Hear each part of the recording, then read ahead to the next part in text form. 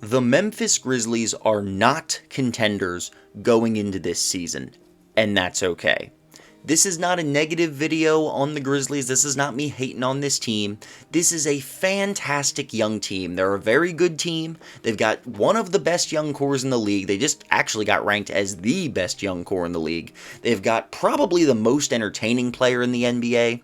They've got good role players. They've got a good coach. They've got good potential. This is a team that everyone has very good reason to be high on. However, when I see someone giving a list of the contenders for the 2023 NBA season, and I see the Memphis Grizzlies ranked among the legit NBA contenders for the championship, I just don't see it. This is a very good team, but they are still a step away from being an actual contender, and I'm going to tell you why today. Let's start with Ja Morant, okay? The quote-unquote superstar that everyone is so high on. And look, like I said, probably the most entertaining player in the league. I freaking love watching Ja Morant. I mean, I haven't checked the stats, but I could almost guarantee you this man had more highlights last year than anyone except for LaMelo Ball, and that's because House of Highlights loves LaMelo Ball for whatever reason. So, Ja Morant, he's a walking highlight reel. His dunks are crazy, he gets some big blocks and steals, he hustles everywhere, and once in a while he takes some kind of crazy jump shot as well. He's possibly the second best finisher in the league, only behind Zion Williamson.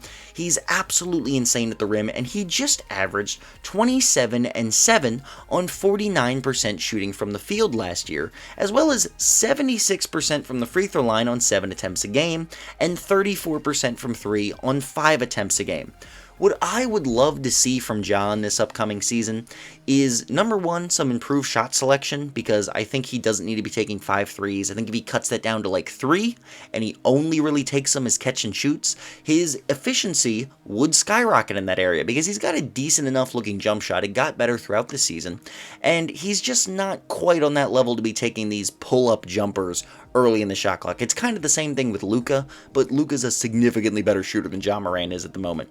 And the other thing I would like is him to pass more out of the post. I know he averages 7 assists a game and he's a crazy finisher, but I 100% believe this dude could average 9 with the way that he gets the defense to just collapse on him. And I think having Jaren Jackson Jr. out of the lineup next year might really help with that, because Triple J was not a good offensive player. He was horribly inefficient, especially for someone his size, and I think having him off the court is going to free up the floor around Ja Morant even more. So I am expecting him to improve offensively this year.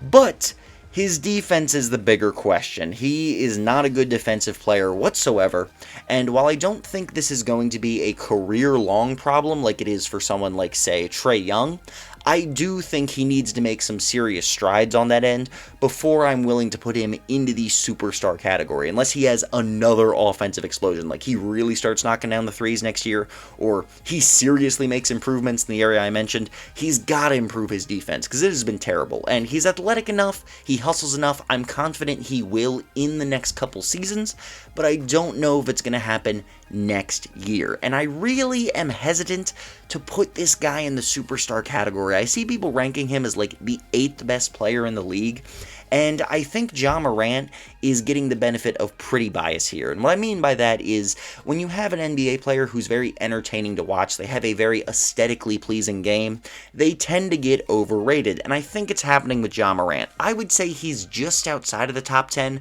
closer to 15 than he is to 10, and when I see people rank him at somewhere like 8th, I think that they're getting a little bit ahead of themselves. But it's not just Ja, alright? Let's talk about the rest of the team, because there are a lot of really good role players on this team. Like, first and foremost, Jaren Jackson Jr., who is going to be injured for 4 to 6 months.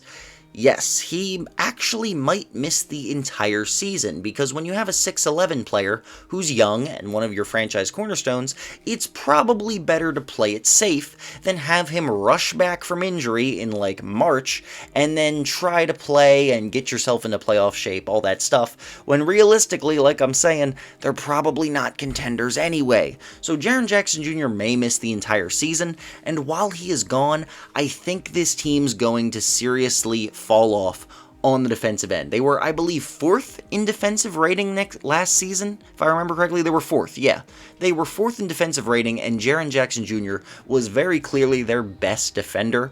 And while they still have plenty of decent defenders on this roster, Steven Adams is solid, Dillon Brooks is a good defender, Desmond Bane is a deceptively good defender, considering he's not that big of a dude. They've got some other guys off the bench who have potential to be good defenders, but I really think Jaren Jackson Jr.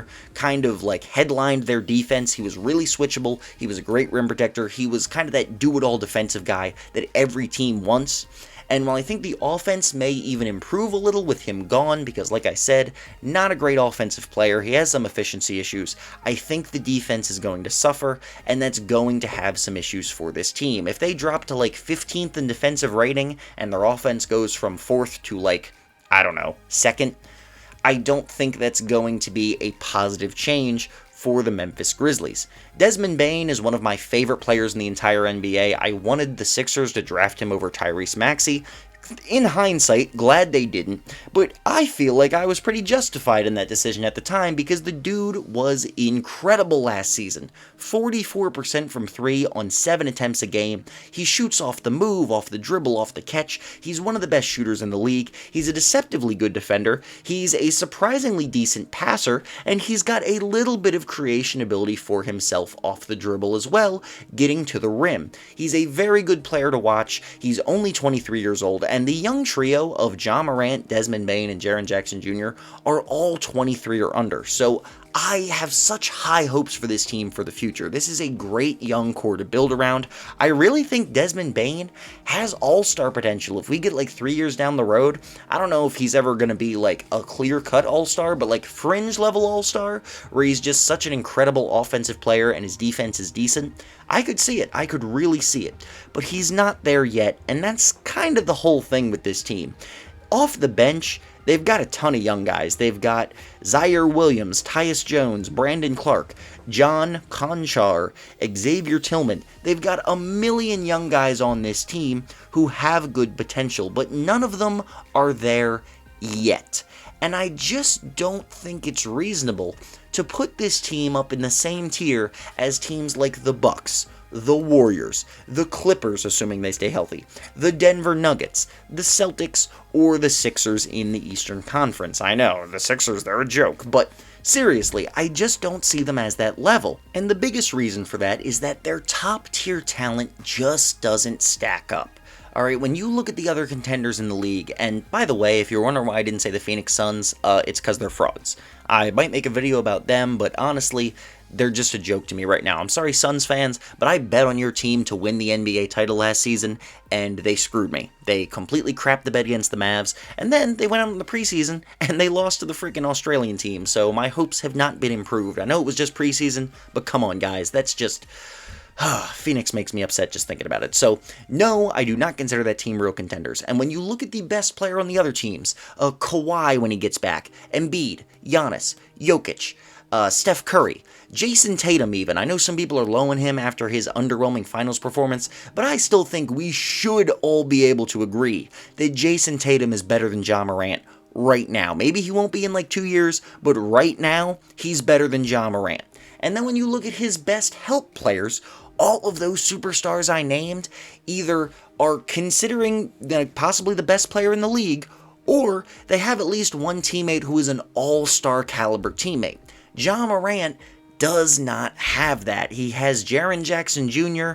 and Desmond Bane, Steven Adams, and Dillon Brooks. These are good players for a starting five. Some of those guys, like I said, might be all-stars in a few years, but right now, they just don't compare to the best players on the best teams in the NBA. And when you get into the playoffs, you need a true superstar caliber player, and you need a true all-star caliber second best player, and the Grizzlies just don't have that. So give me this team in like 3 years when their bench is filled out with a bunch of these young players. Some of them have developed. Ja Morant has made a few strides and he's become a real superstar, a real top 10 player.